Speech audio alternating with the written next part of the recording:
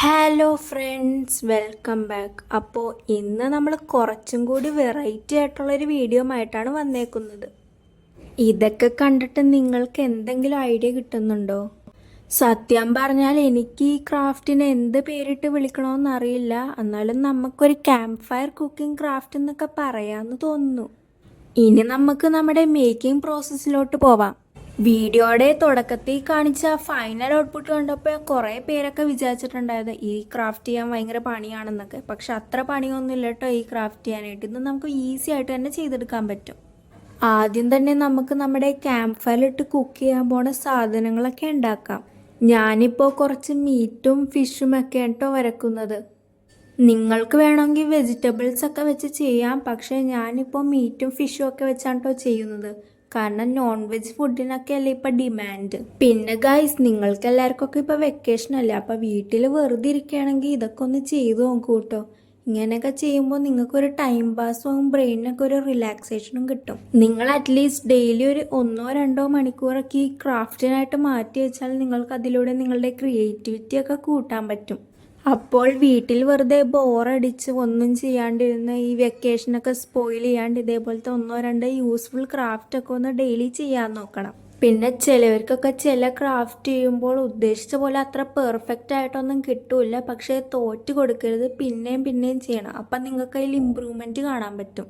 പിന്നെ ചിലവർക്കൊക്കെ ഒരു ക്രാഫ്റ്റ് ചെയ്തിട്ട് അത്ര പെർഫെക്റ്റ് ആയിട്ടൊന്നും കിട്ടിയില്ലെങ്കിൽ അവരപ്പോൾ ഉള്ള ആ ദേഷ്യം കാരണം ആ ക്രാഫ്റ്റ് ഡിസ്ട്രോയ് ചെയ്യും. പക്ഷെ അങ്ങനെ ഒന്നും ചെയ്യരുത്. അതിന് പകരം നിങ്ങൾ എന്താണ് ചെയ്യേണ്ടതെന്ന് വെച്ചാൽ ആ ക്രാഫ്റ്റ് എടുത്ത് സൂക്ഷിച്ച് വെക്കണം. എന്നിട്ട് ഒരു 1-2 മണിക്കൂർ കഴിഞ്ഞിട്ട് പിന്നെ അത് വന്നിട്ട് ഒബ്സർവ് ചെയ്തിട്ട് അതിന് എന്തൊക്കെ മിസ്റ്റേക്സ് ആണ് ഉള്ളതെന്നൊന്ന് കെയർഫുൾ ആയിട്ട് നോക്കണം. അതിനുശേഷം നിങ്ങൾ ആ ക്രാഫ്റ്റ് ഒന്നും കൂടി ചെയ്യാൻ നോക്കണം. പക്ഷെ ഇവിടെ ഒരു കാര്യം വരും, അതായത് കുറേ പേരുടെ മൈൻഡ് അതിന് സമ്മതിക്കില്ല. പക്ഷെ അതിൻ്റെയൊക്കെ വഴി നമ്മളുടെ കയ്യിലുണ്ടല്ലോ.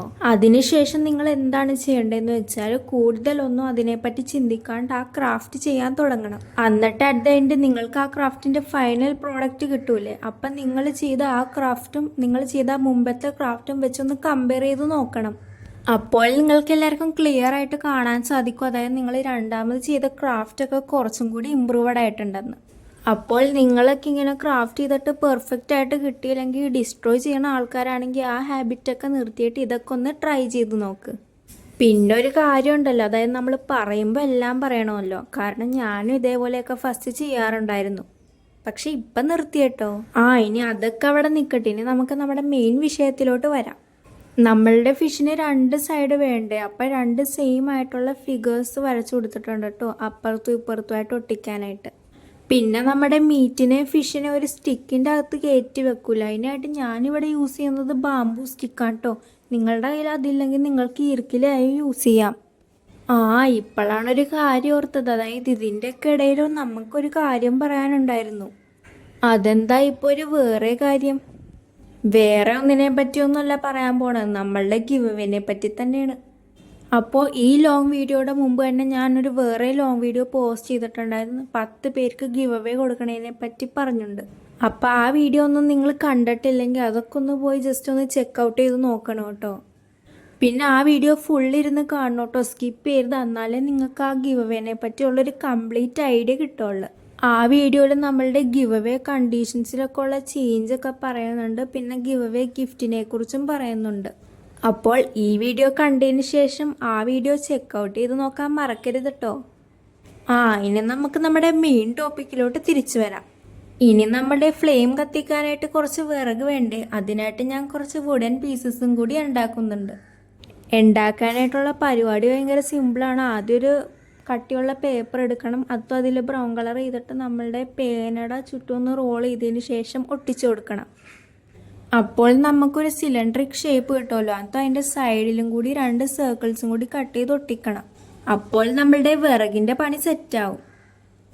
ഇനി പ്രത്യേകിച്ച് കാര്യങ്ങളൊന്നും ചെയ്യാനായിട്ടില്ല. നമ്മൾ ഉണ്ടാക്കിയ സാധനങ്ങളൊക്കെ ഒരു ബേസിൽ ഒട്ടിച്ചു കൊടുക്കണം. ഇപ്പോൾ നമ്മുടെ ക്യാമ്പ് ഫയർ സെറ്റായിട്ടുണ്ട്. അപ്പോൾ ഇതൊക്കെ ഒന്ന് ട്രൈ ചെയ്ത് നോക്കിയിട്ട് റിസൾട്ട് കമൻറ്റ് ബോക്സിലൊക്കെ ഇടാൻ മറക്കരുത്. ഇനി നമുക്ക് വേണമെങ്കിൽ ഇതൊരു ഡെസ്ക് ഡെക്കറൊക്കെ ആയിട്ട് വെക്കാൻ പറ്റും. എന്തായാലും സാധനം കാണാൻ അടിപൊളിയായിട്ടില്ലേ? അപ്പോൾ നിങ്ങൾക്ക് ഈ വീഡിയോ ഇഷ്ടപ്പെട്ടാൽ ലൈക്ക് ചെയ്യണം, സബ്സ്ക്രൈബ് ചെയ്യണം, കമൻറ്റ് ചെയ്യണം. ഇനി ഇഷ്ടപ്പെട്ടില്ലെങ്കിൽ ഡിസ്ലൈക്ക് ചെയ്യണം. അപ്പോൾ അത്രയൊക്കെ ഉള്ളൂ. ഇനി അടുത്തൊരു നല്ല വീഡിയോ ആയിട്ട് കാണാം. ബായ്.